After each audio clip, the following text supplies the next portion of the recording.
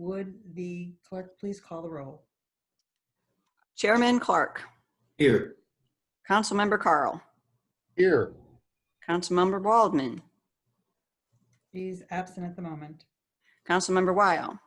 She is also absent at the moment. Mayor. Here. Item number 2.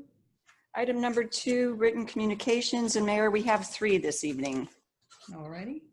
Okay, the first one is from Ed Solomon.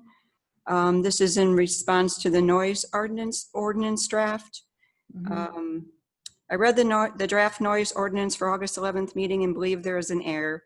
My notes from the July council workshop discussion were that after a lot of back and forth, there was a consensus to apply the same hours for lawn equipment activity as construction. Specifically that on weekends, the start time would be 8, not 7, as shown in the draft. I recall some council members initially wanted to have 7 on Saturdays, with all in agreement that was too early for Sunday. Then during discussion, the consensus was 8 o'clock for Saturday and Sunday, same as construction. If you find something different, then I submit commentary against the current draft by saying that weekends are both an opportunity for relaxation, recreation, or other activity, which for many can include a slower start in the morning.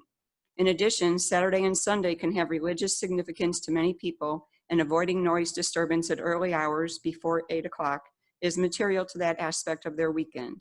I believe as drafted, the noise ordinance allowed 7 o'clock start on weekend, allowing 7 o'clock start on weekends needs to be changed. Then we have a second one on the same ordinance from Sheena Phillip. Oh no, I apologize. This is, yeah, no, this is. Council, I wish to state my opposition to the provision of the draft bill 2932, an ordinance amending Title II, Chapter 215, Article 5, Section 215.670, peace disturbance of the City of Olivette, relating to the operation of lawn care equipment, specifically as it relates to allowing weekend start times of 7 a.m.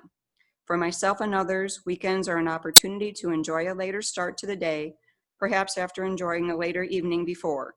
It is an opportunity for breakfast or coffee outdoors, enjoying the quiet of a weekend morning. Being Saturdays and Sundays are a special time for religious observance, it's an opportunity for quiet, reflective, or family time as well. Lawn maintenance at that hour of the day interferes with all of these things and should follow the same permitted times as being proposed for construction equipment.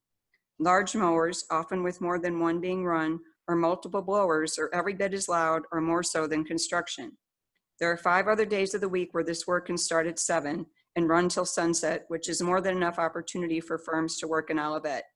An 8 o'clock start on weekends won't preclude anyone from getting the services they wish, as there's ample opportunity for scheduling around that 1 hour difference.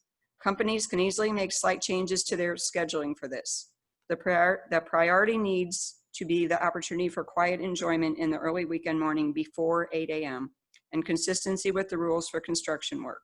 Noise is noise, regardless of which of the 2 sources. Thank you for the opportunity to provide my position on this.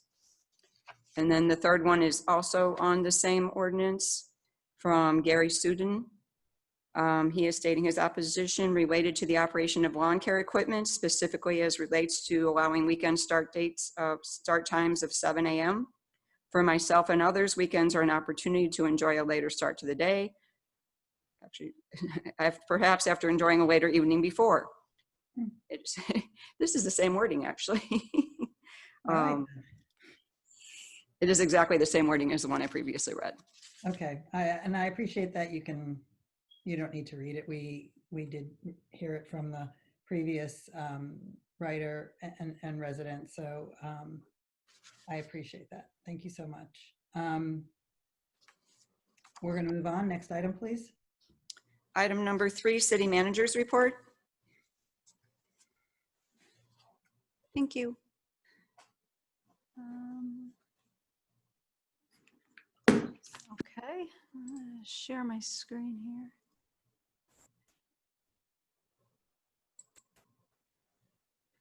And all right, so I have a few updates for you this evening. Just a little bit to talk about updates on the 4 different developments we have going on. Olive Crossing, MSD is still working on the installation of the sanitary line. I think they will be done sometime in this next month, in September, I believe. The project has also Ameren has cleared or completed the utility design for the project, which is a pretty good amount of work that took. If you look at those very large lines. The Ridge House development there at the old City Hall, demolition is complete. If you drive by that, you'll definitely see that. Permits have been issued for the footings, and the building permit plans for construction are underway, and the MSD permits are nearing issuance. So I think they've had some back and forth, and I believe they're good to go now. And hold on. 1 second, I guess Maxine is out, so let me just get over here real quick. And Sorry, I didn't it's mean to- okay. Okay. All right. Move her to a panelist, and then we'll go back to sharing my screen.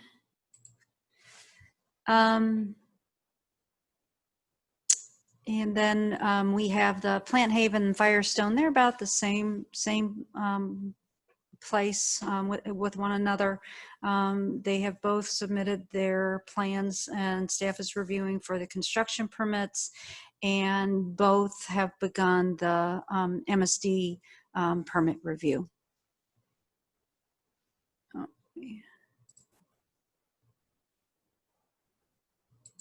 sorry. Okay. Park and Community Center improvements. We continue to refine the floor plan layout for the community center. Walkabouts have occurred in all the parks, and moving into kind of from our conceptual design to schematic design. Today at our weekly meeting, we looked at placement of the maintenance shed. The maintenance shed for the parks will be kind of where the current park house is, although in that general location is what we're looking at. The surveying and the geotechnical work is underway in Worcester Park, and that's important to get that finished, because until they have all the results from the geotechnical, we don't know exactly if we're going to be able to place the building and the Centennial Trail where we want them to be placed. So that'll be important information that we need. This is kind of gives you a sense of where we're at. We continue to get into more detail with some of the floor layout with regard to how many desks, how many stalls, how many tables, what kind of courts, and these little comment lines are comments that we go through these and we talk about, well, you know, for instance, right here, that's a janitor closet, and will we be able to actually roll in one of the janitorial carts? So those are all important things that we look at. In the department reports, which are in this, always in the second meeting of the month for the council, the departments give an update. And I want to draw people's attention to the police department as they continue to open up their records to the public. That one of the things that they have in their report is the annual conduct review from 2019. And this is shows a summary of complaints that were filed with the city and the outcomes of the investigations. Complaints filed with the city either about an employee or about an interaction or something. And so you can look at those, and you can, one of the things that's not in necessarily in that report, but maybe we'll get that edited, is a definition for the various outcomes. So there are 5 different outcomes from an investigation. And so these definitions will help people kind of review that. So I think we will be putting those into that report. The Stacy Woodland Trail. There is a new Woodland Trail in Stacy Park. I think maybe some people aren't even aware, if you're not in the park very often, if you go very deep in the park, that we have a pretty good sized woods back there. And we had volunteers, mostly led by Ed Kastner, who's on the Park and Rec Commission. Working with him was Jim Persons, and I think maybe a couple other volunteers have come. And they basically created this trail. It's pretty amazing. They've named it the Cottonwood Trail. And we were happy that it withstood the winds and such. Okay, Maxine is still on as a participant, but I'm going to go ahead and finish my report because she can watch it, and then we'll fix it later. And a lot of people have found it. We've done no really advertising of it, and a lot of people have found it and have responded about how great it is. So it was really neat. In the Public Works report, we have the sewer lateral program. There's a little update in that as well with the other things that they do. And I think I like this because it kind of gave you it was a good picture visual of, what's a sewer lateral, what happens to them, and what can cause the problems. And I think this was a kind of a good indication where you can see kind of where some of the issues arose. And this was a person who had a sewer lateral. It was damaged by an electrical contractor who was doing some installation of services, and it happened during just a routine inspection. People can, just as normal maintenance on a home, have their sewer lateral inspected. And actually the Public Works Director and I were talking about that, and that is actually just a preventative maintenance. And sometimes you can, they can see problems before you have 30 people over at your home, which, well, I guess nobody has anymore, so never mind. The fire department, they were doing some training kind of just out back really on their, this is a practicing of our monitor master stream. And that's basically where they try to see how far they can shoot an amount of water. And that's for when there's conditions, when there's a fire and it's so bad they can't get very close to it. We have two new things happening. Douglas Properties, Doug Cohen has assembled some of the properties across from the current city center. He had started this prior to, and was ready to kind of really kick off prior to the pandemic. And then kind of slowed down, and he's starting back up. And if you go to the Douglas Properties website, you can see illustrations of what the townhouses will look like there, what the floor layout, floor plans may be. And so that's a really exciting thing. And he's kind of getting back onto it, and he anticipates having people in there by the end of 2021. Okay.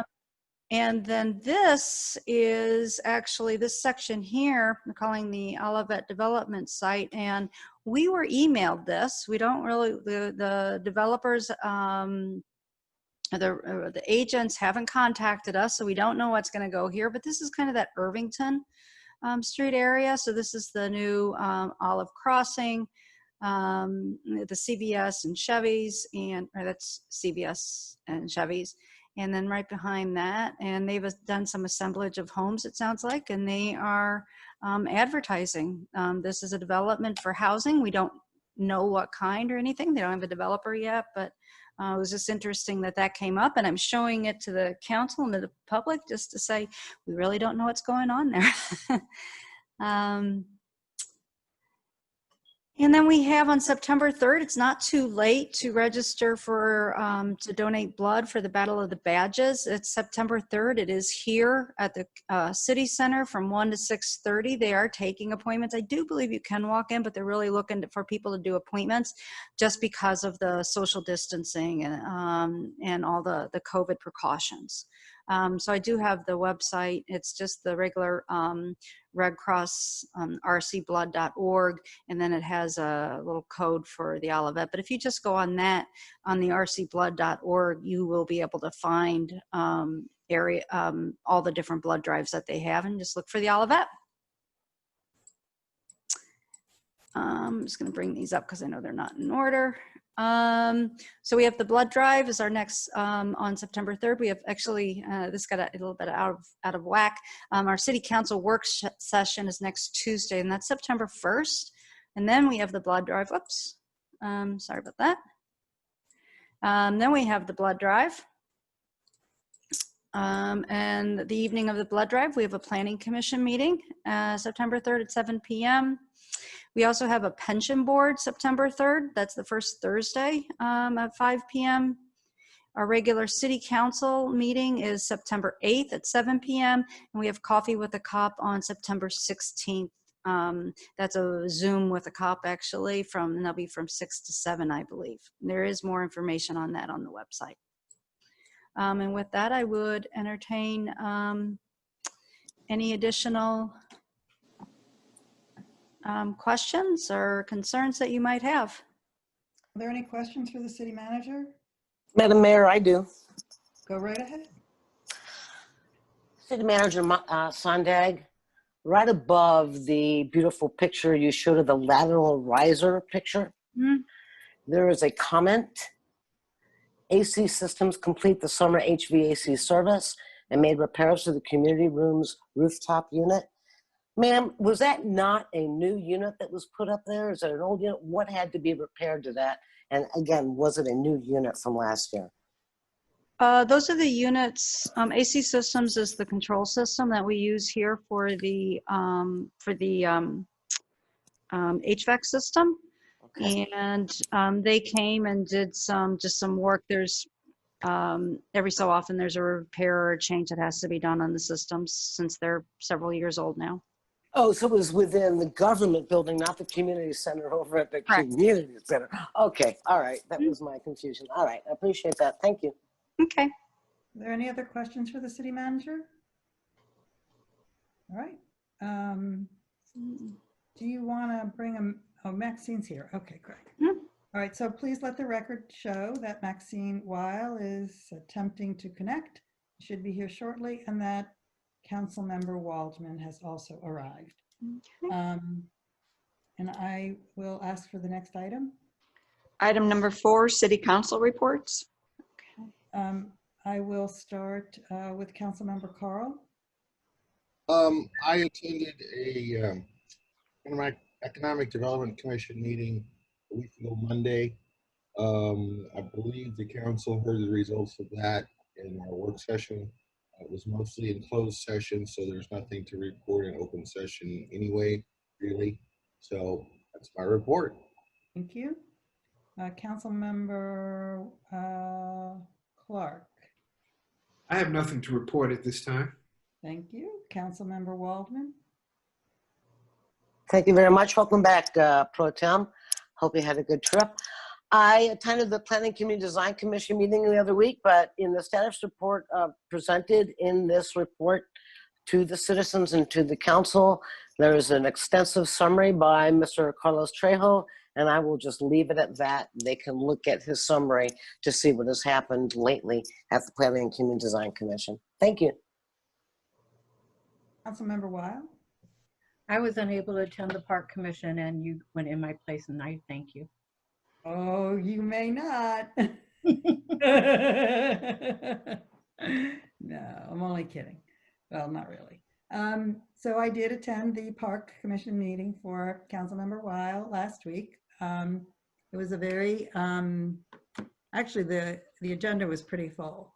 An Eagle Scout presented a project that he wanted to do with a prairie at Stacy Park. It's a really interesting project, and they're going to work in conjunction with a horticulturist to ensure that the signage that he wants to put up there is going to work not only now, but will work with any new plans that we have for Stacy Park. There was an update on the Centennial Greenway Trail. They talked about the the park improvements and the community center build timeline. Beverly reviewed the new updated schematic community center design.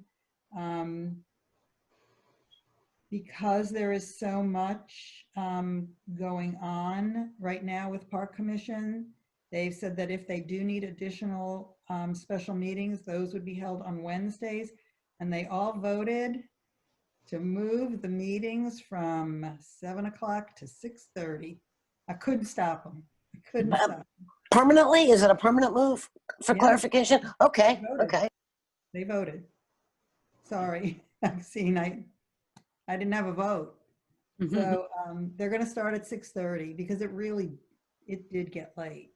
And so they voted to move to 6:30. So that was it.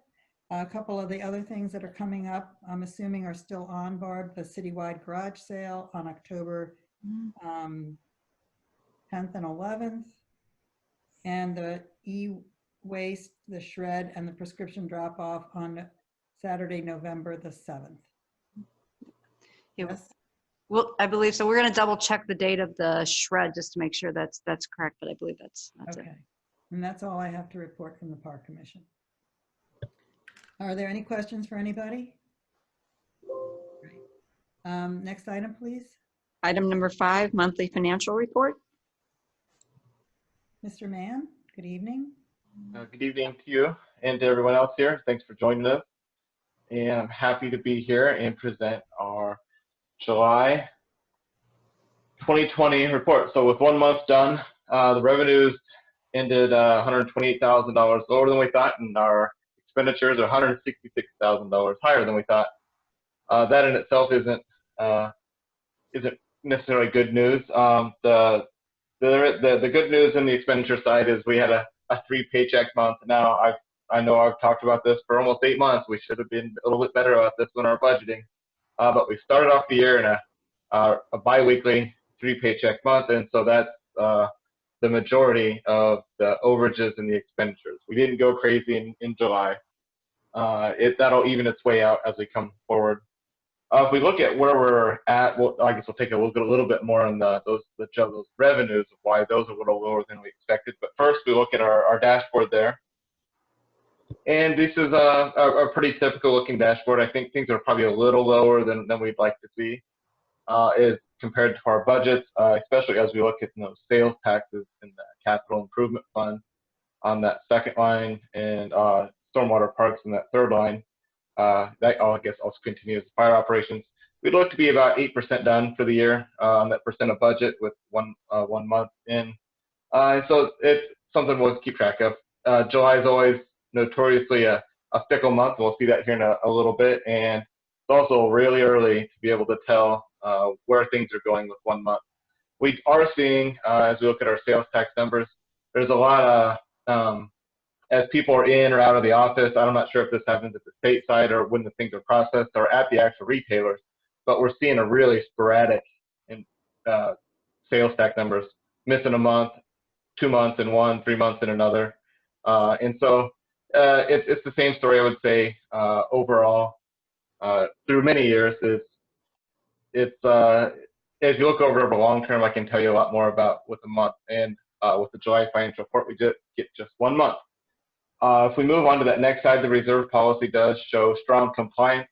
Again, this has been rolled forward. I do have unaudited fund balances there, but those will match pretty close what we looked at in the budget. Those will change when we reach this stage of the audit. So that fund balance number, which is fourth down on the reserve policy analysis, that will change. And then, the remaining things on there, that 50% of FY21 expenditures, that won't change. That's from the budget. And so we do show $2.5 million compliance, almost $2.6 million in compliance for the 1 year portion of the reserve policy that we look at monthly. Individually, as we look down like the different quarters or quartiles of our revenue, the sales tax sharing was jumped to 53% in July 2020. And that's the second highest we've seen since we've been kind of tracking this back to 4 or 5 years. And that's it shows strong sales tax collections. It also is a pretty good indicator that countywide collections have declined, which I don't think is probably a big secret to, or a big unknown to anyone that has driven by any of the malls or anything lately. That sales taxes are probably a little bit lower than we would see in a typical July. Property taxes, they're showing some negative variances because of a little bit slower payment for the the Elmwood Park fire coverage that comes from the county. We did receive that in August, so we'll see that kind of jump back up towards more of our expectations. Utility tax collections, again, off slightly in most of our large remitters is listed there, but that's Ameren, that's Fire, and that's the water folks. Oh, the Missouri American Water. And those are some of those larger downward trends. It's related more and more to the shuttering and mothballing and lower use of commercial properties. It's kind of an interesting or strange result of what we're seeing with the pandemic. Those remaining categories, they started off the year underperforming for the most part. We did have some good news and an outlier from the bad news in the remainder categories, and that's in the permit income. I had a great month, and it's a indicator of some forward progress on those redevelopment fronts. So that's the really good part of that. We did see several. I think two of the big projects turned in for building permits, and that's the big step. So expenditures, I talked about that with the bi-weekly payroll, turning in 3 paychecks in July. We'll see that even out as we continue on with more months. Now as for the exciting part of the squiggly lines, don't readjust your glasses when we get down here. But these are some really interesting charts. With over the long-term period, here's what we can kind of see. Now, all these different colors of lines at the top chart are months of collections, and then these are net of the sharing mechanism. So this is what we got in the bank, and you can kind of see where we're at. And now I did fill in the August number there for that orange number, right where the cursor is. And you can see it's pretty inconclusive. We had a pretty bad July, which we just reported and we talked about, and now we see in August that's second highest of all those of all those August. And so it's I can't tell what's going to happen. If you draw that trend line that the blue one is right there, it looks just as grotesque. It doesn't show us anything yet. And so we're going to wait and see. So that was what I was going to point out there. You can kind of see where these trend lines can go and ups and downs. And a lot of those, the dark blue and the really light blue there, or sorry, the middle, the two bottom lowest ones are the oldest lines on there before that sales tax jump that we experienced in 17. So something we'll pay attention to. It's a good little chart. It kind of visualizes that data for us. And then the middle one, the next one with the green, with the white on top, the next chart down. Go ahead. I'm sorry. Yeah. We go on that chart. Is it fair to say that we see kind of a jump in the December-January timeframe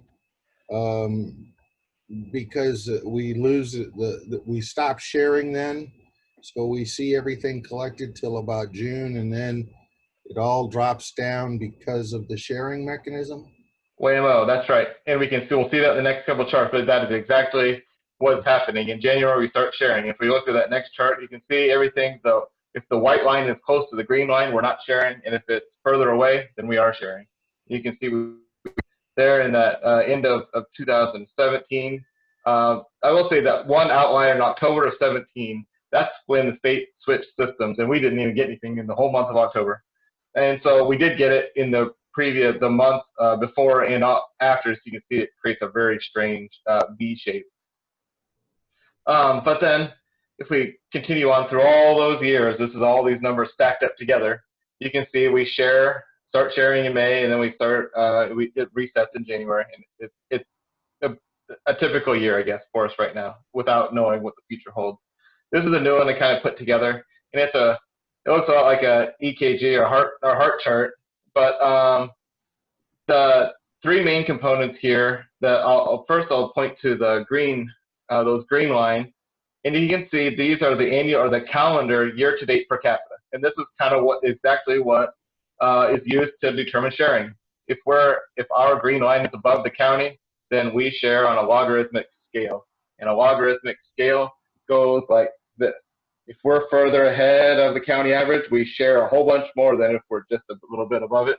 And that's the way that the sharing mechanism was designed, that if you're way ahead of everybody else, you share more. And so we can see over time that those green lines have gradually gotten bigger. We're also in a pretty decent spot to show the same peak of annualized, I guess the calendar year to date per capita. It's still early though. We'll see how these things go. It might be a strange holiday season. But yeah. So can you measure like the slope? So do you believe that the angle of the slope is the same in each of these? Like, would you They do look think? the same. They all pretty close. And the reason I say that is I've never come to you and said, we saw a huge increase towards the end of the year. We saw, this year's different. It's just this year to date annualized is growing bigger and bigger. And our sales tax collections, if we were to go to the top of those and look them over, they actually peaked in 2018.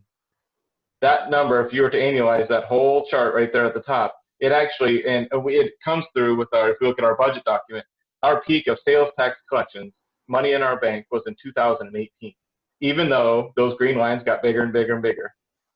And that, if you were to follow the newspaper, and I'm not sure why anybody else would read any of these things, but the quarterly reports in a lot of our other peer cities were not that rosy. And that's because their sales taxes were struggling when it came after 18 into 19 into FY20, and we were sharing more. And that can be reflected in a lot of these charts. And so if we go on through there, the per capita annualized is the lighter blue there. And thank you, fine. The per capita annualized, it doesn't show us all that much other than when the per capita is annualized, you can see our bumps really result in dark blue bumps up. The dark blue bumps are our sales tax or our sharing. That's the percent of our sales tax shared, and that's graphed on the right. And so when we see a little bit of a bump in our per capita annualized, we see also usually a bump in our sales tax percent shared.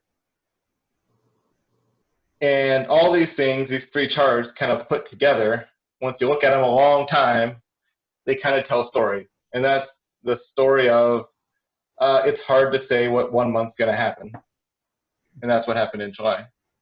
But it also tells stories overall. There's indicators here and there, little bitty things that you can tell how the rest of everybody else is doing too, just by, countywide. And there's my charts for the month. I don't know if you tell me if they're useful to anybody. Maybe they'll be useful tomorrow. Maybe you'll wake up in the middle of the night. That's it. It hits you. I find something useful in these. I use them, monthly, and I find something useful in them almost every time I see them. Just really interesting little tidbits. So, besides that, the sales taxes, I would say, in our other funds they're slower. They're even slower than I thought they would be. But if we look to August, they're better than I thought they would be, and that's something we'll continue to monitor. These are all things, all these charts, all these figures, and all the things that I say. It's part of our monitoring mechanism. And maybe there's something in here that somebody wants to see over and over to kind of see if there's a gauge or if there's some sort of canary showing up in some of these things. And I'm more than happy to talk about them, look more into it, or any of those things as we go through some uncertain times. Other questions for Mr. Mann? I do. Go ahead. Mr. Mann, if you could just explain to me what you really mean by this. Under the expenditures, sir, you do go into the biweekly payroll, ended the month reporting 3 paychecks. Yes. Versus the normal usual 2. That typically happens twice a year because it happens at my job as well. This is evidenced by the general fund summary report showing personnel costs elevated compared to budget expectations, while other expenditure types are under budget. Is doing a 3 paycheck month expensive? What does that cost? Because to me, I may be misreading what you're saying, but I'm reading in your paragraph here that that's a rather extensive expense. It's more the timing of the cash. So this is a cash basis look at these things. The cash went out, and now everybody, I mean, if you want to look at it that way, everybody kind of works for free for all the other months to pay for the free paycheck. Okay. Interestingly enough, this is this is 'Cause going to be it is a free salary paycheck issue. I here. mean, here's your salary. Yep. And this is what you get in 12 months. So I just wasn't clear on that. So go ahead. I'm sorry for interrupting. Yeah, you're fine. And that's and you know, people often say that too. We'll get it here. I'm going to it too much, but they don't even notice that third paycheck of the month. And I've always offered to take it, but nobody's ever really let me have it. Let me have it. This is a strange year. I think every 7 years we'll get three paycheck months, and this year is one of them. July, December, and I think in May there's going to be. And so you know, we had to budget a little bit extra for that one. Sure. We get COVID and 3. It's a timing But thing. doesn't that mean we lose one in one other year? I know it would seem no. It's still. No, what this one is this the one, Denise? I think this is the one where we have 27 payrolls. Oh, I guess that's You true. know, this is the year of 27 payrolls. It happened in January, July, and December is when does it happen. So. Are there any other questions for Mr. Mann? I have none. All right. Thank you so much. I know that you and I have been talking a lot about sales tax revenue, so I'm sure that conversation will continue. So thank you so much. We can Thank you. move on to the next item. Item number 6, hearing from citizens. Let me see. I don't see anybody here other than us and Joy Howard, who's waiting to speak to us. So I Just am going chickens. to, I'm sorry, Just us chickens. just us roosters, chickens. To say as long as we're not roosters. So we're going to just move on. Next item, please. Item number 7, bill number 2933, an ordinance amending chapter 115, article 3, section 115.080 through 115.120, conflict of interest of the city of Olivette, Missouri municipal code, and establishing a procedure to disclose potential conflicts of interest and substantial interest for certain municipal officials. Second reading. Ms. Mayor, as we talked about at the last regular meeting, every 2 years, subdivisions are required to adopt an ordinance that requires financial interest statements. And our term is up. By filing this, persons who are required to fill out, or persons who are candidates for elections or are elected officials or in certain positions within the city can fill out the short form as opposed to the long form. So again, it's just this is through the Missouri Ethics Commission. Are there any questions for Ms. Sondag? If not, I will entertain a motion. Madam Mayor, I make a motion to approve Bill 2933, an ordinance amending Chapter 115, Article 3, Section 115.080-115.120, conflict of interest of the city of Olivette, Missouri municipal code, and establishing a procedure to disclose political conflicts of interest and substantial interest for certain municipal officials. Do I have a second? Did you second it, Maxine? Is that? Yes. Okay, it's been moved and seconded. Are there any final thoughts or questions? Hearing none, kindly poll the council. Councilmember Weil, Yes. Councilmember Carl, Yes. Councilmember Waldman, Yes. Chairman Clark, Yes. Mayor. Yes. Motion passed by action of the Olivette City Council. Bill number 2933 becomes ordinance number 2706. Thank you. Next item, please. Item number 8, resolution number 2020-193, a resolution authorizing the offering for sale of general obligation bonds of the city of Olivette, Missouri. All right. Who is Um, doing this for us? And Mayor, with that, I'm going to talk just a little bit just on the resolution itself. I'm going to turn it over to Joy Howard. As many of you know, Joy, she's been the city's financial advisor on bonds in particular for many years, and is a wealth of knowledge. And she's here tonight to answer any questions that you might have as we move forward to the sale of bonds to finance the park and community center improvements. And so with that, let me just bring this up. And let me bring the resolution up. And again, this is a resolution that basically is just authorizing the offering for sale of the general obligation bonds for the city of Olivet.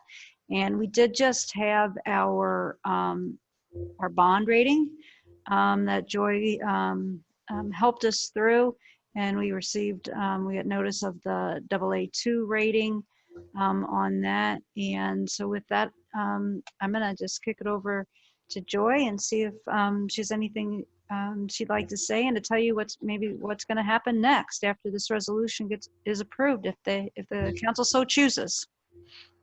Okay. I am ready to talk about it. I want to make sure I understand what's on your agenda, what I'm looking at. So the first thing we're talking about is the resolution that just sets up the sale. Correct. And then we're going to do the first reading of the ordinance, correct? Correct. Okay. So the resolution, all that does is sets the date when you're going to receive competitive bids. So basically, as part of the process, I'm going to do advertising for the issue, and your bond counsel will do a legally required advertisement, but I'm going to go out and actually look for people who will submit bids on your bonds, and those bids will come due on September 8th at your next meeting, and that's when the interest rates are set. So the resolution basically just sets up that sale date, and it authorizes what's called a notice of sale. That's really the main thing it does. And the notice of sale is like bid specifications. So it tells bidders when their bid has to be submitted, how they're going to submit it, what we're going to accept or not accept. There's some IRS requirements. They have to submit what's called a good faith deposit, which is like earnest money. So it goes through. That's what I'm looking at there. That looks like, it's like, okay, I'm looking at things I'm not familiar with, but that I'm familiar with. So it goes through all those specifications. Now there's only one set of specifications I think we need to talk a little bit about. Well, maybe two. One is we set a minimum purchase price. So we set the minimum purchase price at the principal amount, $16,200,000. That's the least the bidder is allowed to bid.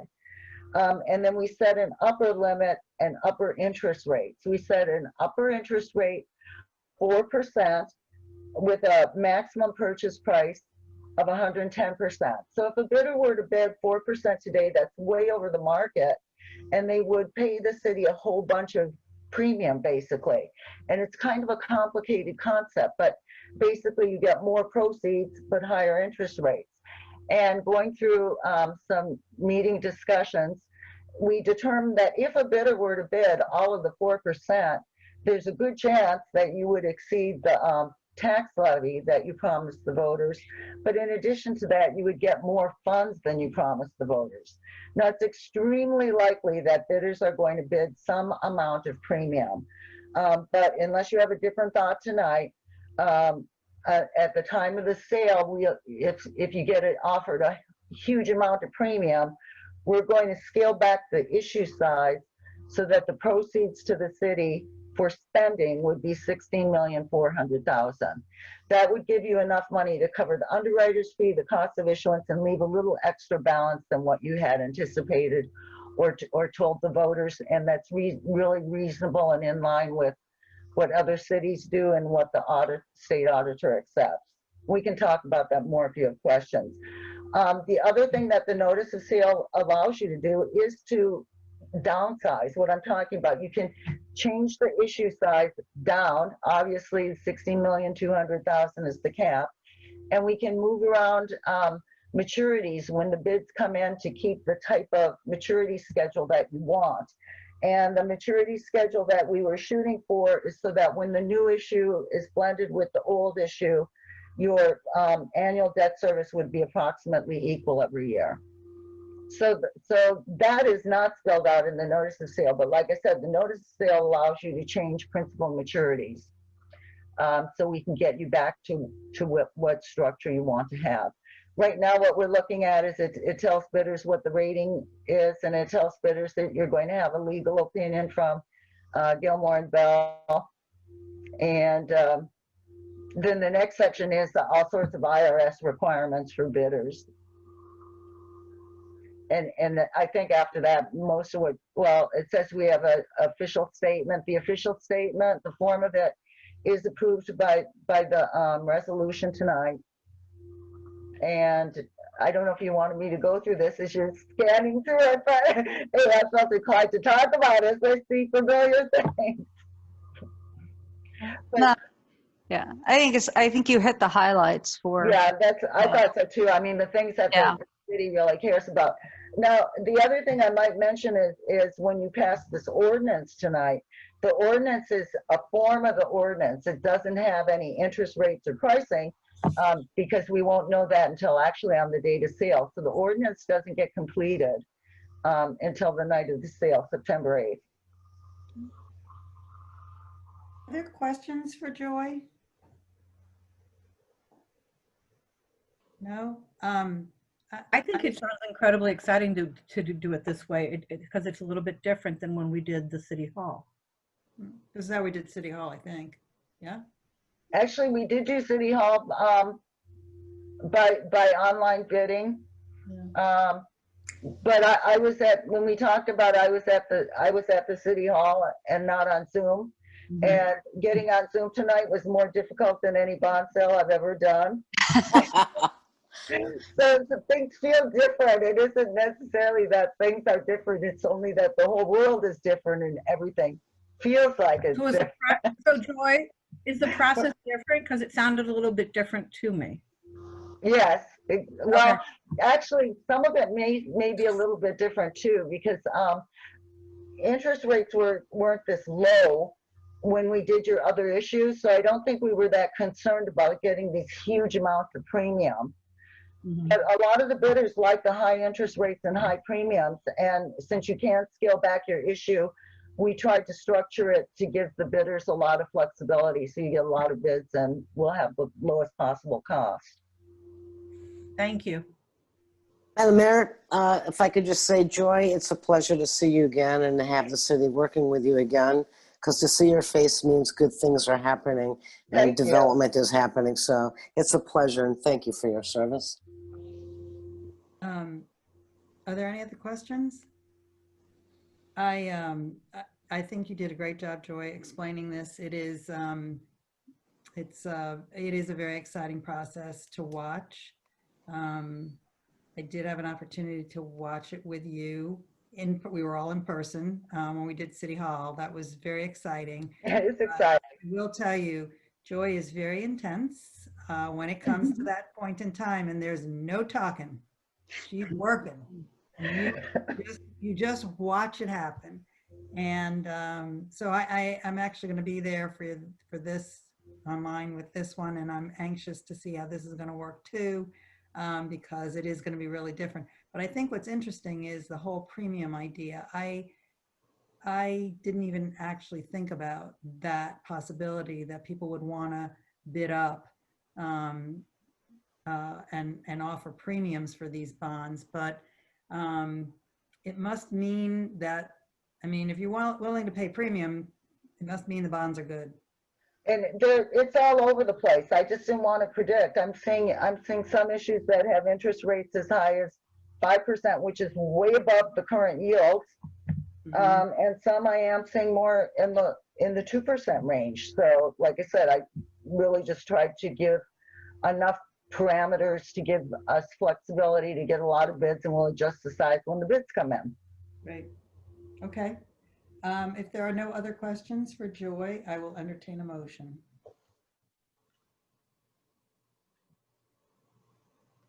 Had to get to Madam Mayor, I motion to approve resolution number 2020-193, a resolution authorizing the offering for sale of general obligation bonds of the city of Olivet, Missouri.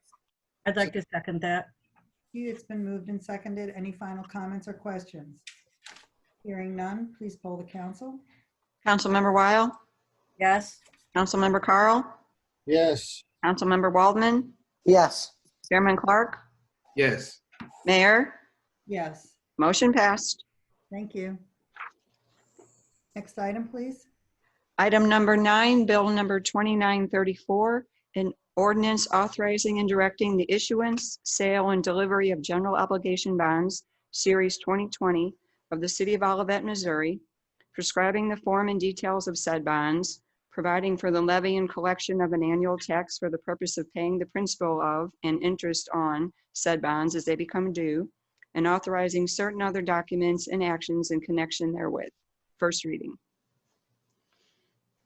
And Mayor, I'll just introduce this quickly. This is the ordinance that Joy was talking about. It is in form only. And on September 8th at 10 a.m., there'll be the bond, the bids will be in. And then Joy Howard and Shannon Creighton will do their magic and will fill this in, and and it'll be before you on the evening of September 8th.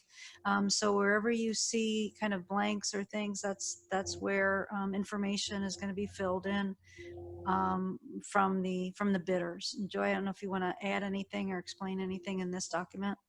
Well, the ordinance itself gives all of the specified terms of the bond issue itself. So it tells what the payment dates are, the principal amounts, principal maturities, optional redemption dates for the city, how you're going to levy taxes, collect taxes, setting up accounts for the taxes.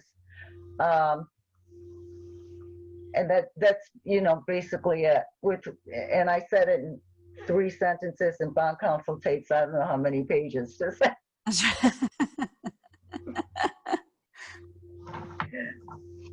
Are there any questions for Joy or for the city manager regarding this?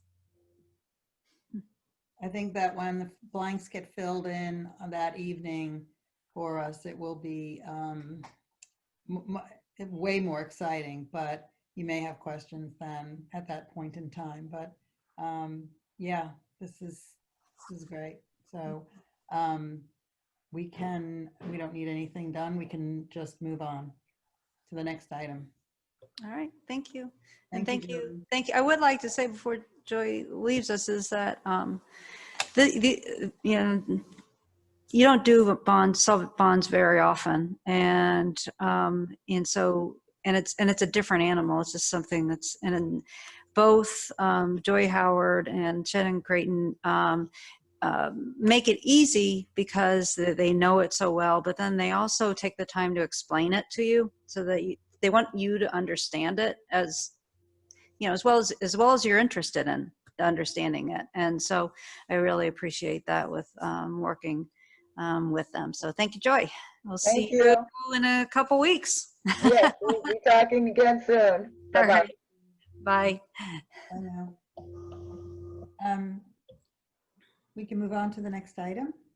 Item number 10, resolution number 2020-194, a resolution authorizing the city manager to enter into an amended agreement with KAI Design LLC for architectural and engineering services related to the implementation of the Olivet Parks Master Plan and Community Center. As you know, when we hired KAI Design, we hired them for both the initial phase to get us to the vote, and then through for the next phase, which is the schematic final design, and then through construction. The contract, which was the architectural contract, the AIA form, originally called for fees based on a percentage of cost of work. And what we're asking for in this is similar to what we did with the Navigate and moving it to a stipulated sum or to a lump sum. We believe that in this case with the architects and engineering, that this is going to be, this will be a good way for us to move forward in both a very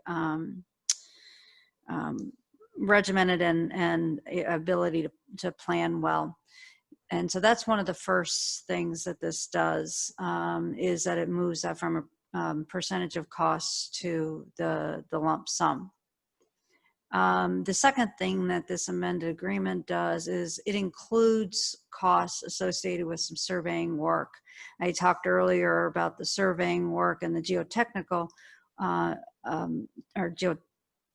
geotechnical work that was being done at Warson Park, so that we could get moving really on the design and knowing where were the placement of the building and those types of things. We did a regular city bid process for the surveying work, but KAI took on, and we went with the lowest, and the KAI went with the lowest bidder and with our agreement, and it's part of their contract now. It wasn't initially in their scope of services. So while it's added to their scope of services, I do want you to know that it was done in a competitive bidding or form. So we did comply with our purchasing policies. And then the third thing that this does, in the AIA document in section 11.5, it shows you a breakdown of costs per different kind of stage of work. And that works well for the community center. It didn't quite mesh as well for the parks work. Community center was a little further ahead in some of the work, whereas the parks, we kind of went with the parks master plan. We didn't do a lot of additional work on design to take us to the bond vote, because really the parks master plan had gone far enough for us. And so, but now starting in, they're a little bit behind, and so it just gives a different invoicing breakdown. So it splits again out that the parks improvements from that community center work. And so those are the changes.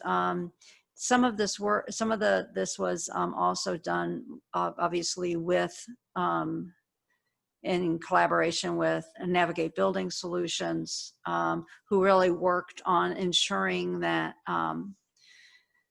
that the costs of the total lump sum of the contract, they felt comfortable was within our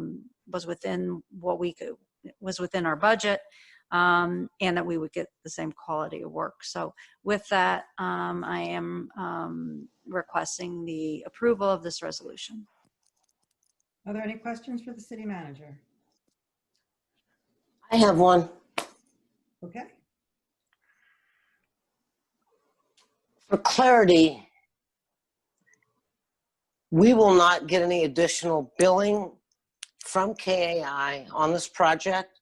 The total cost payout from the city for its total work identified in the summary of the contract and what's above, addressed in a letter to Barb Sondag and Todd Sweeney, we will not at all be over that $1,290,002. If there would be anything that would come up that would put us above that or change that, it would be coming back to the council.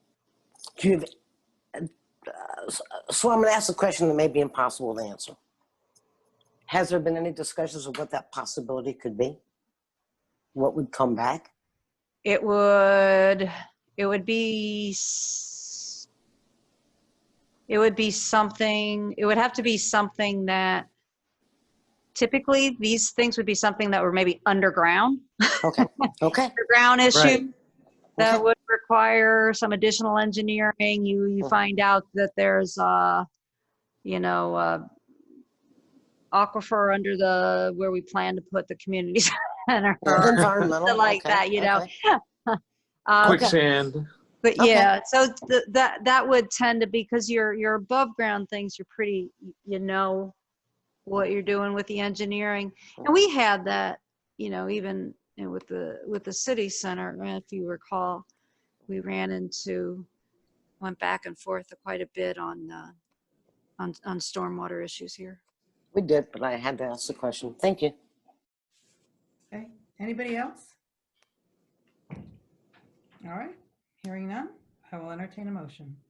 I motion to approve Resolution 2020-194, a resolution authorizing the city manager to enter into a amended agreement with KAI Design LLC for the architectural and engineering service related to the implementation of the Olivette Parks Master Plan and Community Center. There a Second. second? Second. Thank you, moved and seconded. Are there any final comments or questions? Hearing none, please poll the council. Councilmember Weil,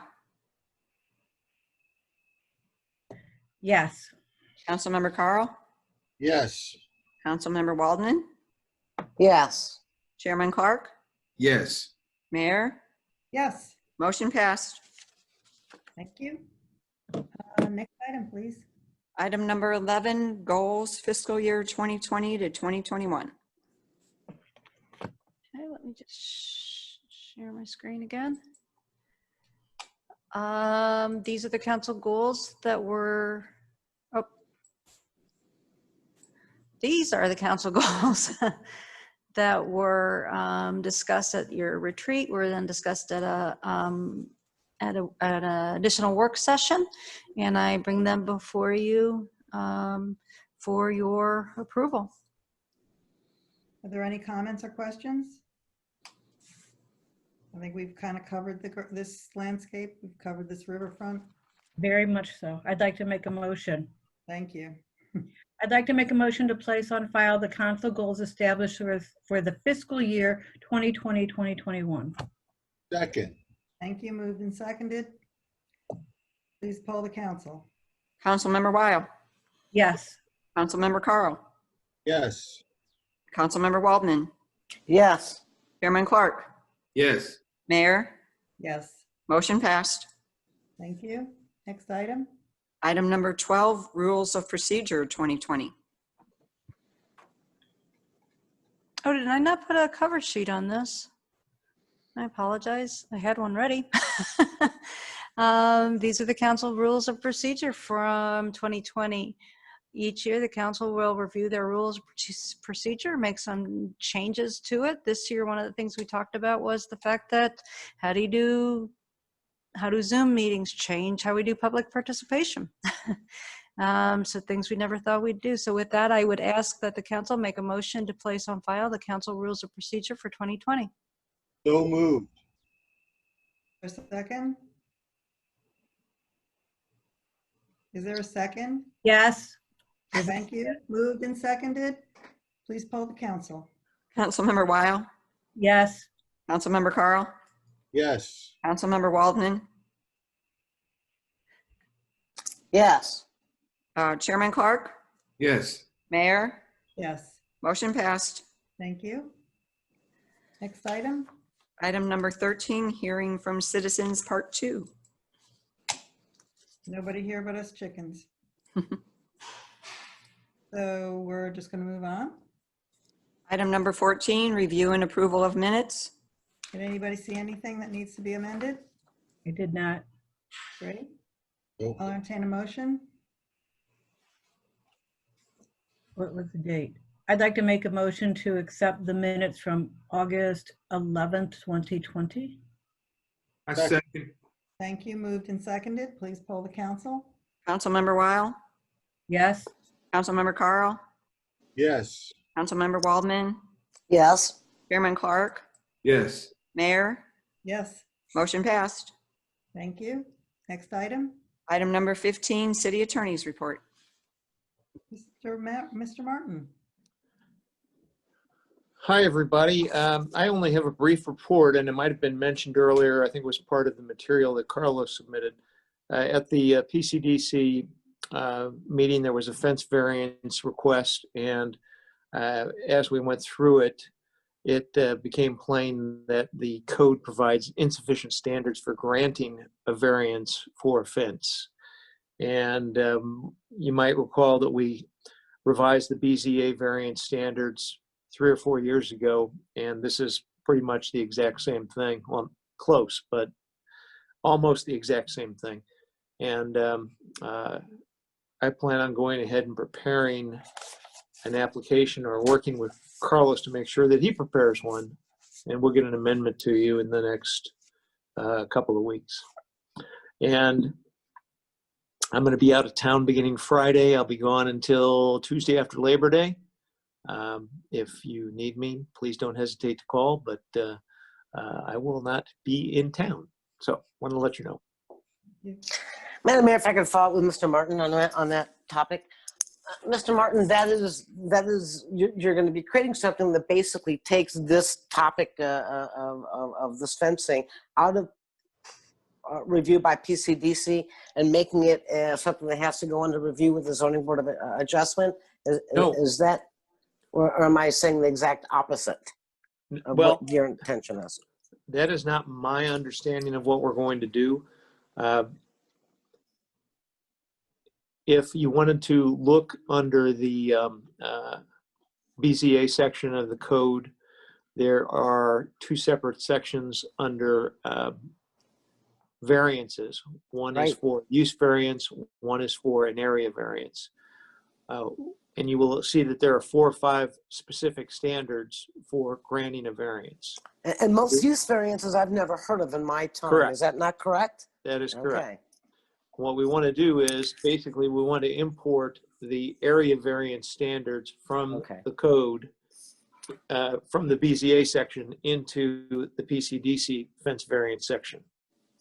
And with a little bit of tweaking, but not a whole heck of a lot. Okay. Wouldn't it be possible though for that work to be done at the ZBA?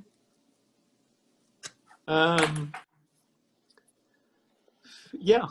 If that's the desire, yes. Carlos and I have talked about that as an option as well. Mm-hmm. Okay. All right. Okay. So maybe And the 3 of us can talk. Okay. Sure. Okay. Okay. I appreciate that because that's where my brain was kind of going from it on it. And before the meeting is over, I have a follow-up question. I missed the beginning of the meeting to ask the city manager another question on an item that was being presented. Okay. Are there any questions for Mr. Martin? Any other questions? All right, Councilmember Waldman, the floor is yours.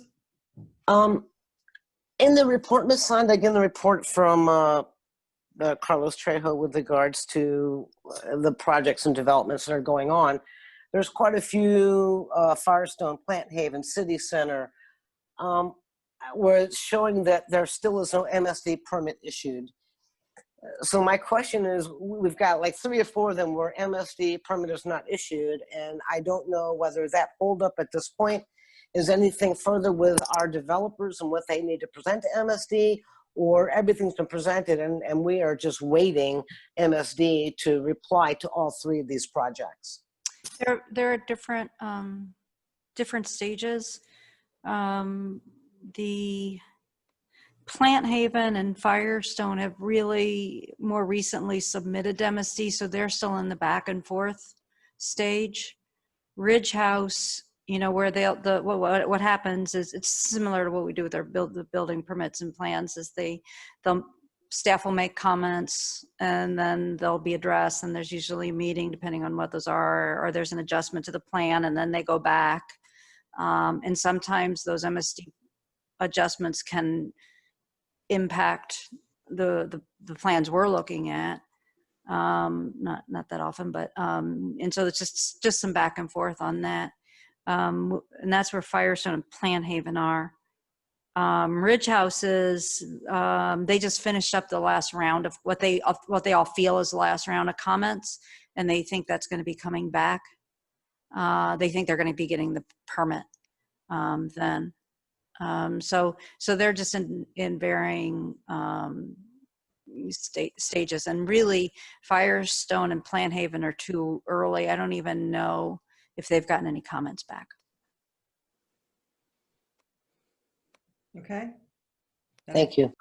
Okay. They're, I'm not sure, it's 8:12 approximately. And if I did show the layout, the floor layout for the new community center in the city manager's report. I don't know if you had any questions or if you wanted to look at that any closer or not. Or Are you asking that of me? I can look at that. I don't have a question of it if that's when you're addressing that to me. I would like to look at the floor layout because there was some questions from the park board.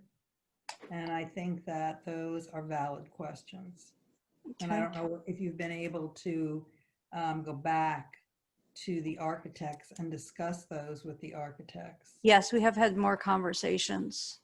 Okay. You don't have that, actually, let me go up here. Let me just get it real quick.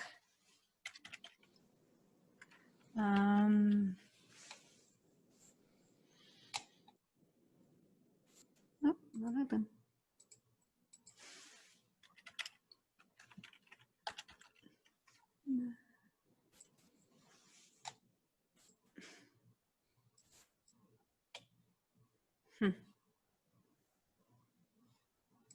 That's weird.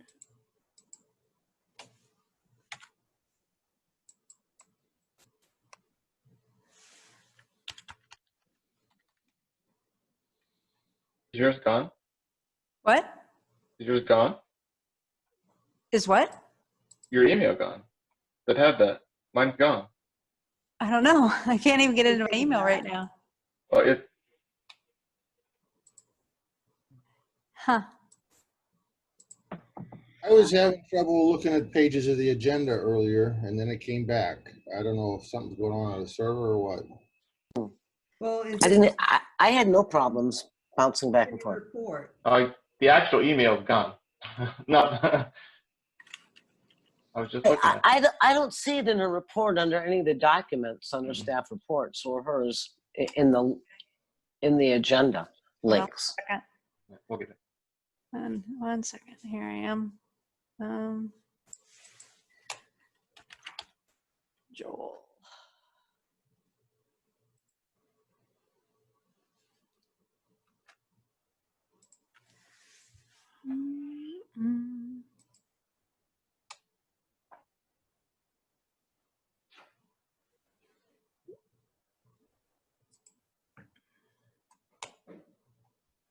Let me open this up real quick.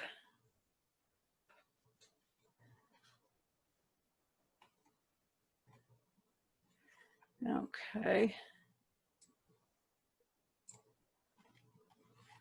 Ah, shoot.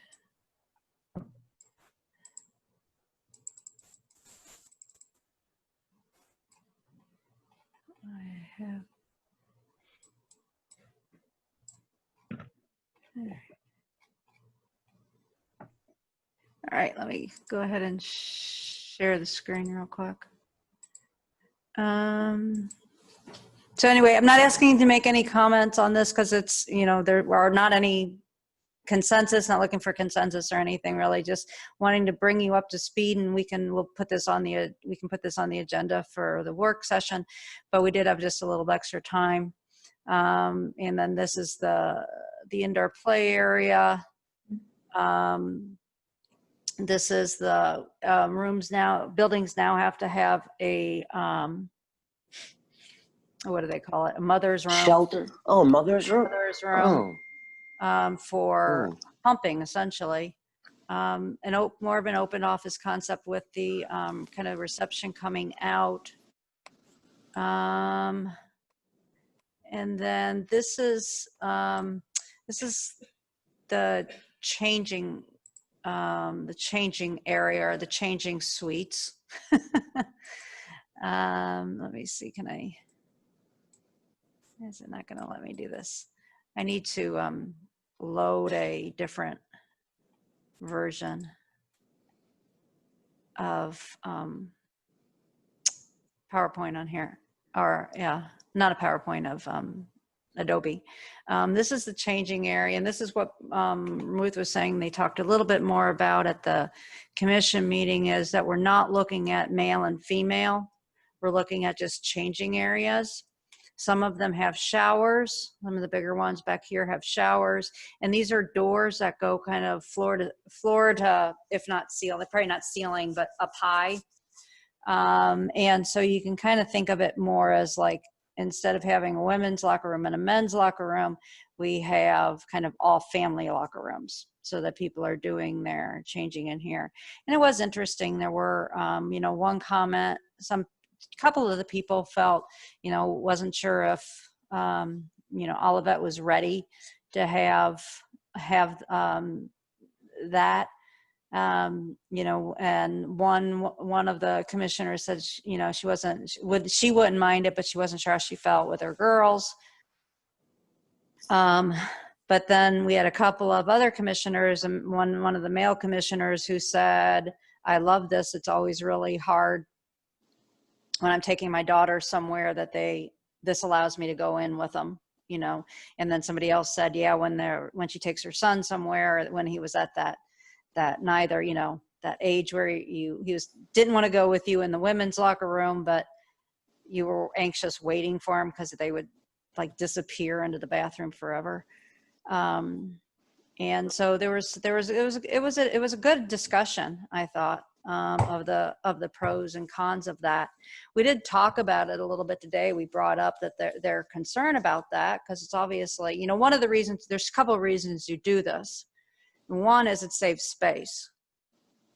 And so you're using your square footage for something, for your fitness center or something. The other advantage of this is that, or the other reason people have been moving to this, is because you don't see as many people showering when they go work out. A lot of people come dressed, and you don't see as, or so, and we don't have a pool, which is typically why most people will go change in the pool. Now we did talk about it with the architects today, and they said that there's what YMCA, Darren, is that what he said, that's being built? And I didn't catch where. Model, the Emerson, or no, he said I did the same thing he did, the Bayer one. The Bayer one, yeah. Yeah. It's being built, and they're doing it the same way, with not having male and female, but having these changing rooms. Now it was interesting, because then I showed this to department heads on Thursday, and there were different opinions too. And but one of the department heads said he liked it because being open, and these don't have doors, and people are kind of walking in. He didn't think, he thought it would be safer from theft.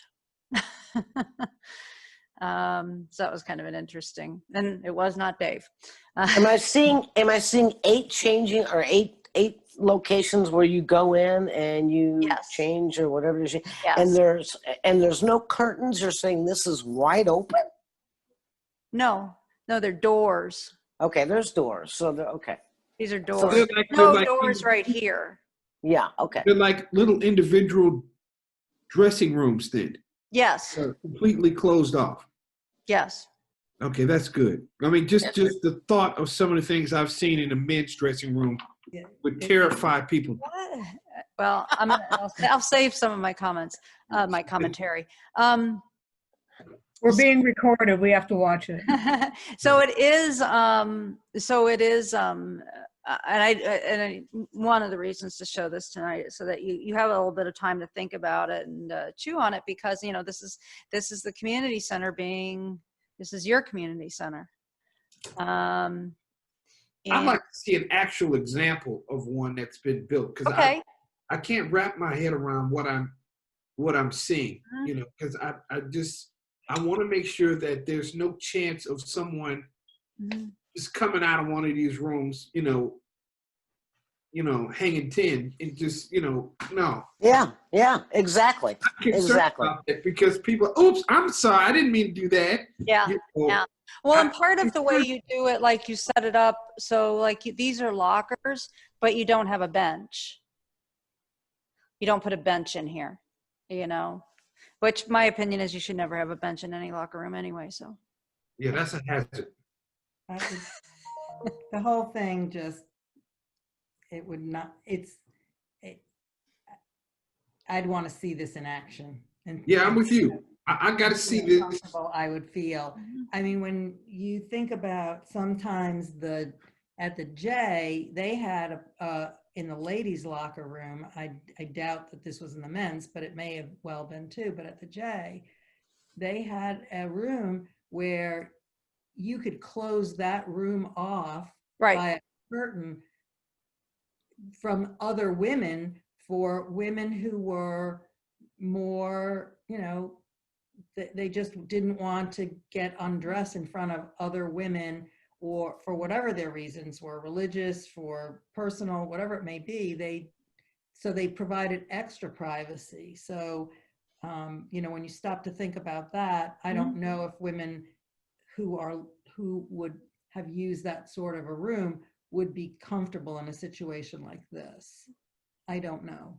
And the last thing I do is put a curtain in there. It better be No curtains, all doors. This wasn't a curtain for that. This was a curtained off room within the woman's locker room. Yeah, I was gonna say, to your point, that's within the women's, and this is gonna be unisex, right? Right. So I don't know if women who would have used that curtained off room within the woman's locker room would ever be comfortable in a situation like this. Well, like I said, before I can say yeah or nay, I'd just like to see an actual picture.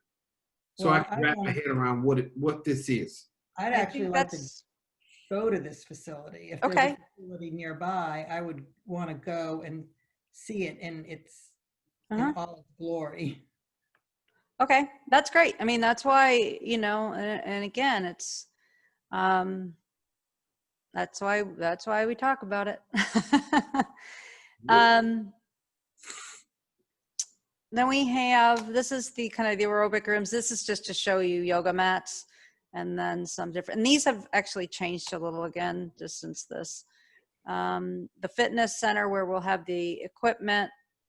We have had a meeting with a person who does, actually did the equipment here in the fitness room here, and we'll be going, I think we're going to do a field trip and look at some of that. It's interesting trying to figure out when you're designing kind of a lifelong fitness area, what does that mean in equipment? The gym has changed in its shape just a little bit, probably since the last time you've seen it. And this continues to be in flux. We've moved this door here, so the doors into the gym are both kind of at the ends. These are, and we're looking at, and we're discussing, this is going to be, is set to be kind of a glaze, sort of like a window, so that people can, these are like little chairs and a desk of different heights where people can look in to the gym. So when you're walking by, you can look at the gym, and they'll be situated so you can see, like, both basketball courts or volleyball court, or the basketball court, or both volleyball courts and things like that.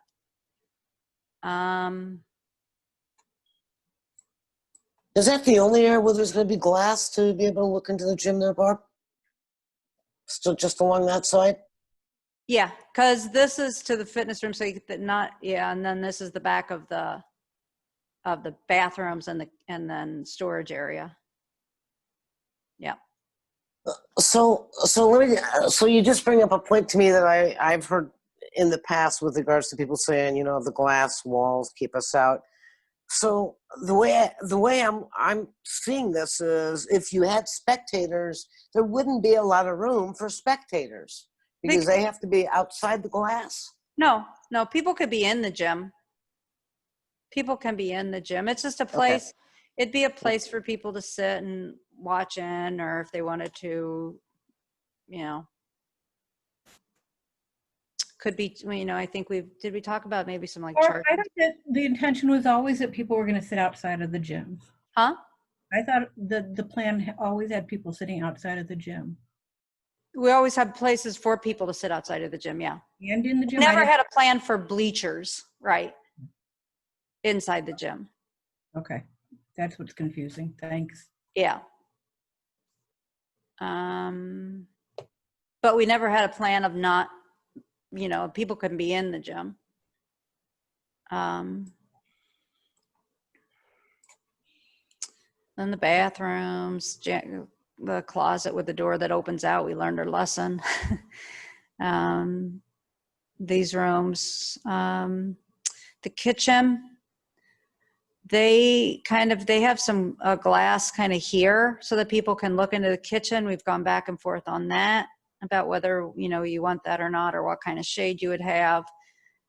This is again the teaching kitchen. These are modular right here, these 4, and so they can go in different places. The chairs can move. And then this is kind of the back of the house part of the kitchen where you have the 3 sinks.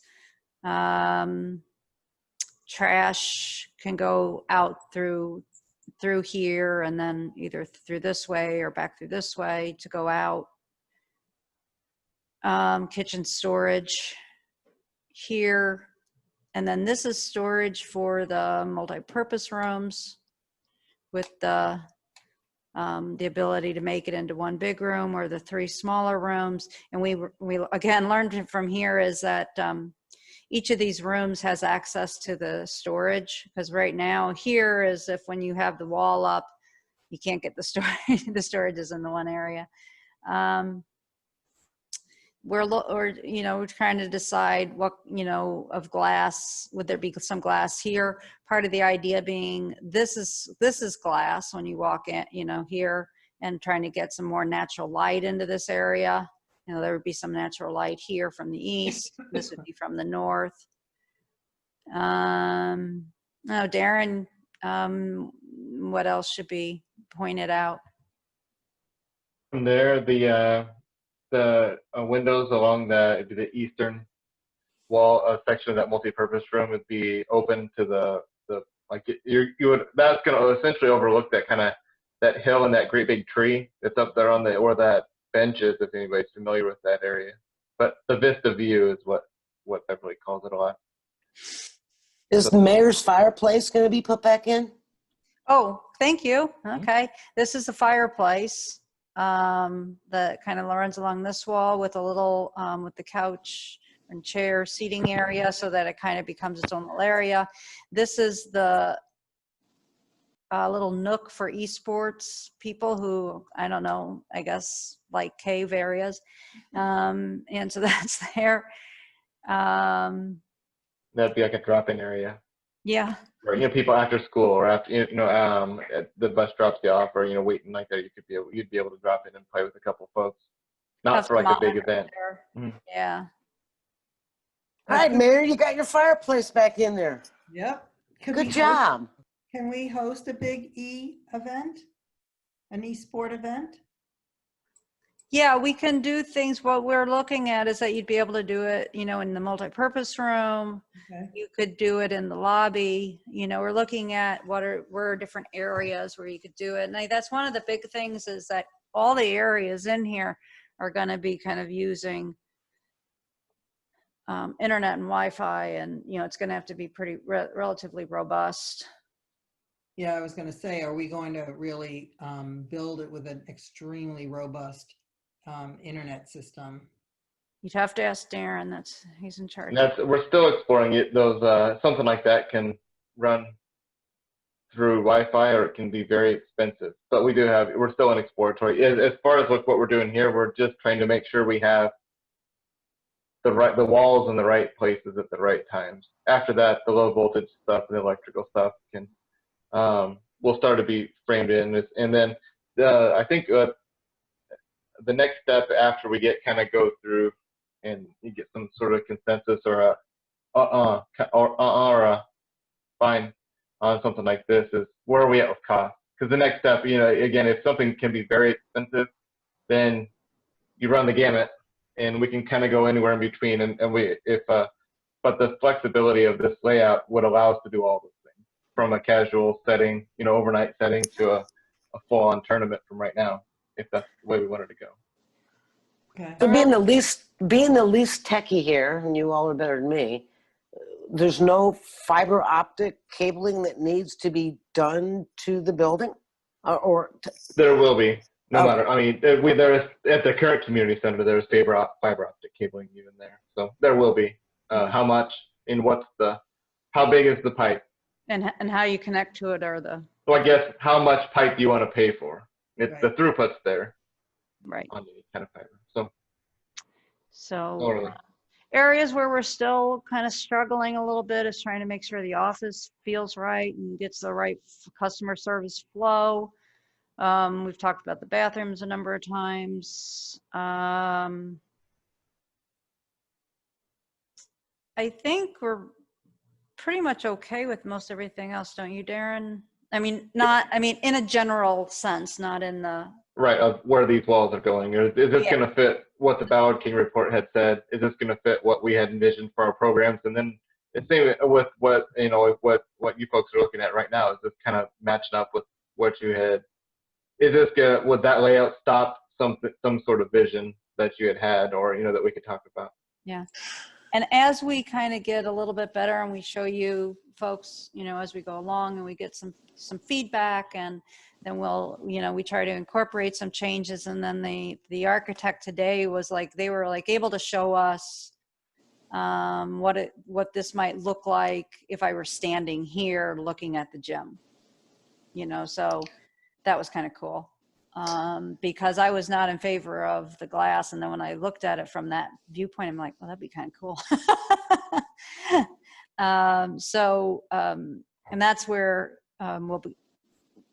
when we come back to you as an official kind of item on the agenda, it's going to be, we'll have also costs associated with it. So Barb, forgive me, you said the bathrooms. It made me come up with another question. As I'm squeezing my eyes to look at this, are the locker rooms where the bathrooms are going to be, and that's it? Because I'm trying to find the bathrooms outside of the locker room. Bathroom, right here. Where? Oh, okay. Right I'm here. just saying custodial, and I just saw custodial. Nope, these are Okay. bathrooms, men's and women's. Okay, thanks.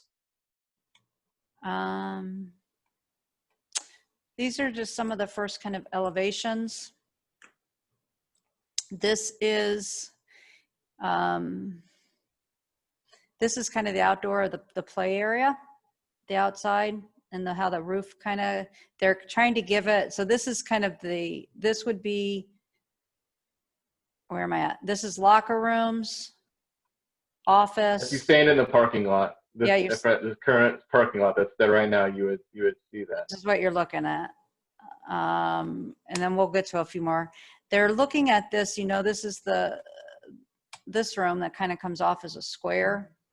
And what they're thinking of doing is making it kind of a tilt ceiling or roof, not ceiling, but What roof. are you doing? Recreating Grandview School or what? No, I'm just joking. Well, some of it you got some little fun nods back to Grandview. You got some nods. It is kind of interesting how they've been able to do it.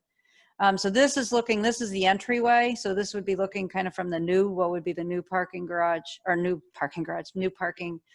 driveway. This would be where you'd go in. This would be the multi-purpose rooms. And again, the gym kind of comes off bigger here. And then this is that play area. So it's glass on the one side. And then when you're coming in, it's got a little bit of glass. And then that would be kind of at an angle there.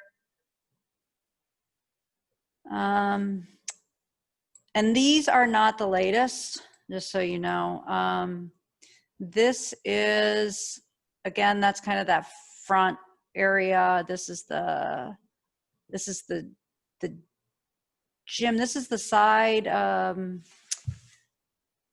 This is where You're right. That's gym, and then back to the multi-purpose room. So that front, the door, first door from there, that's where the caterers go in. Or no, that's Right. trash and then that's where the caterer's entrance would be. These are, yeah, This is the view from this is the view from the trail. right, from the trail. There you go. And then that is, that's this little, that's the From Morrison. north, right. And again, you have the indoor play area, and then you're looking at the fitness room. No, this is, That's the fitness room from Morrison.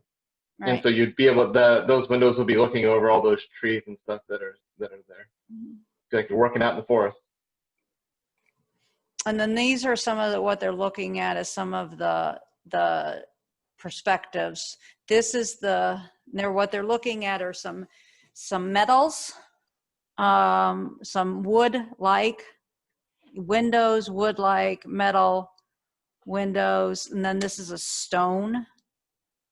So that's the entryway, the indoor play area, and the corridor that goes into the multi-purpose rooms. This is again that north entrance. So you've got fitness center, aerobic room, locker room, and then on the other side would be the offices. And again, they're looking at different grays and charcoals. This is the multi-purpose room, and the entrance into the kitchen, and the entrance into a storage area for the gym. They have already, this is kind of a little notch out for the gym. And then these kind of give you an idea of a light gray metal, the charcoal, the stone, wood accent, split face CMU. So shown this to department heads on Thursday and got some feedback on it. Some concerns about whether it's going to look too much metal. Some of the concerns about that it's got to, break up the metal. It's too much with nothing here on that gym.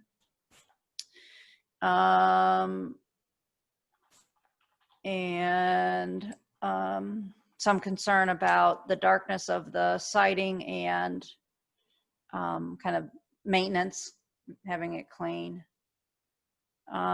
They've changed this, so some, like today, they showed this as a green pop out. As a what pop out? As green, kind of Green. green. Okay. I don't have any of those, or it could show Sure. you. No, I just didn't understand what you said. Okay. So, any first reaction? Funny you're sharing. I will tell you that's exactly what my gut was saying, looking at it. Too much metal, too black, too dark. What is the maintenance going to be on the metal? So I'm glad to hear that staff had some of those same thoughts that ran through my mind. These have not gone to the Parks Commission because we wanted them to come to the, wanted the council to see them, and they will be. It's public Anybody now. else have comments or questions or? I like the wood look, but I am concerned about the dark. Very cool. I think it's very mid-century in its architectural, both design and color palette and choices. And, in that regard, it could be almost ageless. I mean, because what is mid-century is now new again, so to speak. I'm not sure I like the metal at all. I understand it's a material that could be good for us from a cost perspective. I'm just not sure I like that. And I'm concerned that if you put it in any other color but the dark, it's going to look it's going to take on a container appearance as if it's a shipping container. And that concerns me a lot. Hand to God, I've seen enough shipping containers, I can tell you that that's my concern about that. And, you know, when you, if you're walking on the trail, that reminds me of as if I would look at an airplane hangar. I wouldn't know what was going on in there. And I recognize it's a gym, but you could still put windows that are high enough up that will allow light to come into the room, perhaps. And a lot of that will depend on the angles of the sun and how, you know, you don't certainly want the sun directly coming through the windows, because as you're playing, that could probably get into your eyes. But if it didn't, you could certainly put windows there to break up those huge walls. Do we have solar panels going on this building? No, not at this point. We haven't gotten to any of those kind of discussions. No, I think solar panels would be kind of cool to put on it.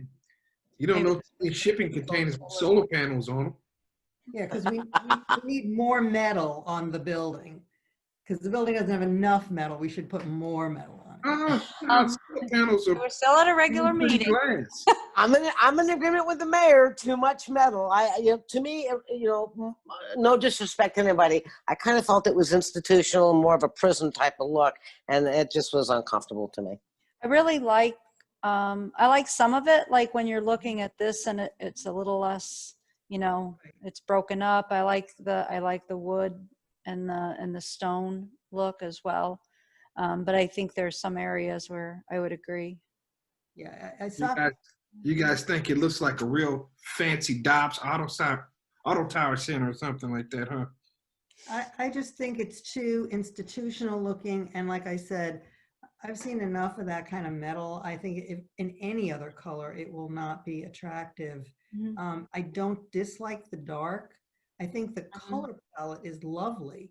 I'm just not a fan of that metal. And I also have concerns that if the rain hits it, how loud will it become? And B, if the hail hits it, what happens to it? Sound like steel drums. Well, and also will it dent it to the point that it has to be repaired? And if it does, then what? And once you dent, you get rusting. Well, I don't know what's it made out of. Yeah, I don't know. I guess if it's aluminum, it wouldn't, but who knows after wear and tear and time. And those are good. Those are all good points. And that's why, you know, that's why we're, you know, kind of bringing them out and feed, you know, because we're trying to keep the process moving too, because we want to be able to get something where we're close so that we can get a relatively good cost estimate and then start, you know, then we really know where we're at. Right. So I appreciate your taking the time. So Thanks for sharing. All right. Are there any final comments or questions? No. All right. If not, I will entertain a motion to adjourn. I'm going to make the motion to adjourn our meeting. I'll second that. Thank you. Moved and seconded. We are adjourned.